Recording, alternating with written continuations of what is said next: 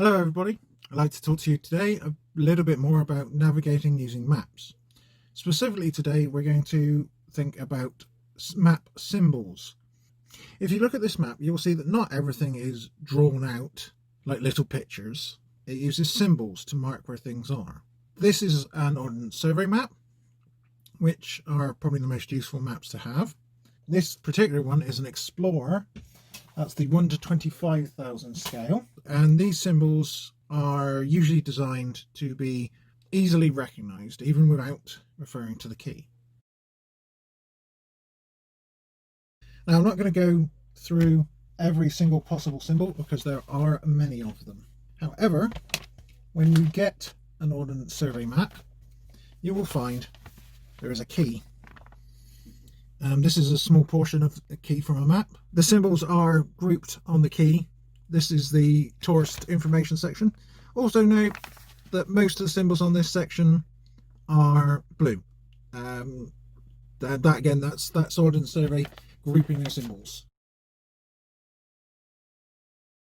For this segment I'm going to be concentrating on landmarks and places of interest.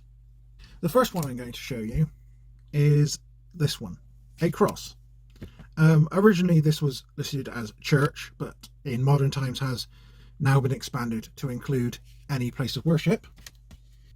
This is a symbol that is unusual in that it has two variants to it. They really go back to its original meaning as a church, but they can apply to all places of worship, in that we have this one, which is a church or place of worship with a tower, and this one, which is a place of worship with a spire. Quite useful for navigation, because places of worship are usually distinctive buildings in any area, and if they do have a tower or spire they can usually be spotted from quite a distance. This one is a youth hostel. Now, I'm not going to go through every single symbol you might come across. I'm going to show you just a few common useful ones that are good to get used to. This one is a campsite. You may note here a variant on that in that the tent is now overlapping the caravan. However, you will sometimes see it just as a tent, and that simply means a campsite that doesn't take caravans. I'll just show you a few of the more common, they call it the general symbols. Another one useful for outdoor activities is this one, and that's meant to be a picnic table, and you may recognise it as the same symbol as used on road signs.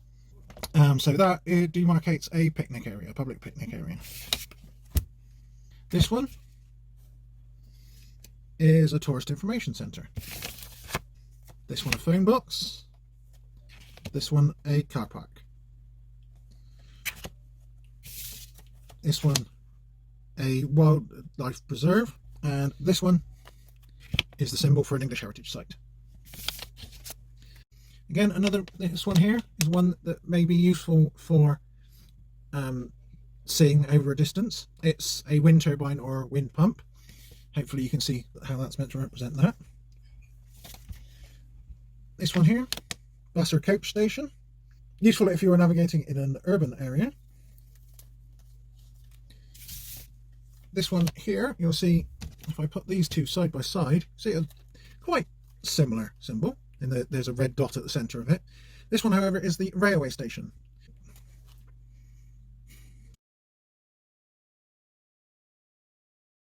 There are a variety of routeways marked in green on this map.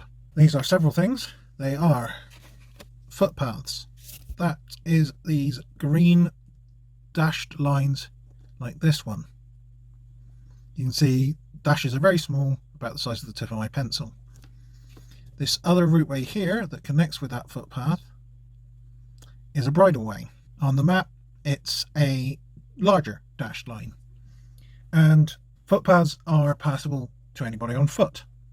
Bridleways are passable to anybody on foot, but also to horses or bicycles. Green diamonds denote a national trail, long distance route or recreation route. For practical purposes that will be a well-maintained, well-marked footpath. They usually cover areas of interest, tourist locations, such like. So if you are planning a route, that makes following one of these will make your life easier. Knowing the rise and fall of the land is also important for when planning a route. It will change the amount of time it takes you to cross an area. As a rule of thumb, for a walker, for every 5 meters you climb, so for every contour line that you cross, you need to add 1 minute onto the time you expect it to take. Okay, so now a word on terrain. Looking at the map here, you can see there's a mixture of this symbol and this symbol, this one being for bracken, heathland, this one being for scrubland. So what you've got across this whole area is a mixture of the two. Now this is important when it comes to planning a route, because this kind of area can take longer to walk across. However, it can also be an aid to navigation because you'll know where you are. You can see this whole area is covered in that type. That's not the only kind of terrain to look out for. You could have mud, sand, shale and scree. All these things will take extra time. You could also find there are unpassable areas. Okay, switching maps here for a moment. Just wanted to show you an area like this. This is an area of woodland with various paths, in this case bridleways passing through it.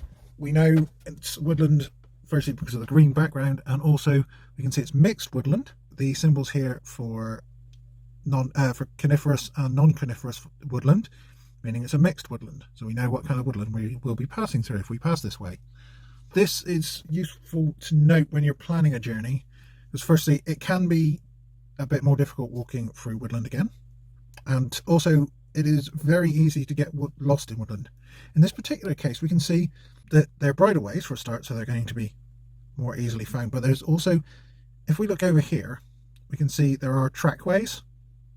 That's this white line marked by the dashed edges, and that's the general symbol for a trackway. But we can see that this bridleway is overlaid on a trackway symbol, so it's a trackway that has a public bridleway running down it, making this easier. However, we can also see there are lots of trackways running for these woods, and wooded areas quite often have tracks, or what seem to be tracks, that aren't on your map. Please, when you're navigating through these, be very careful that you are actually following the path that you expect to be. So guys, in general, to summarise, when you look at the map symbol, it can tell you what you're going to see. It can tell you where you can go. It can tell you what to expect when you get there. All of this comes together to help you navigate, to help you plan your route, and to make the most of your time outdoors. I hope this has been helpful.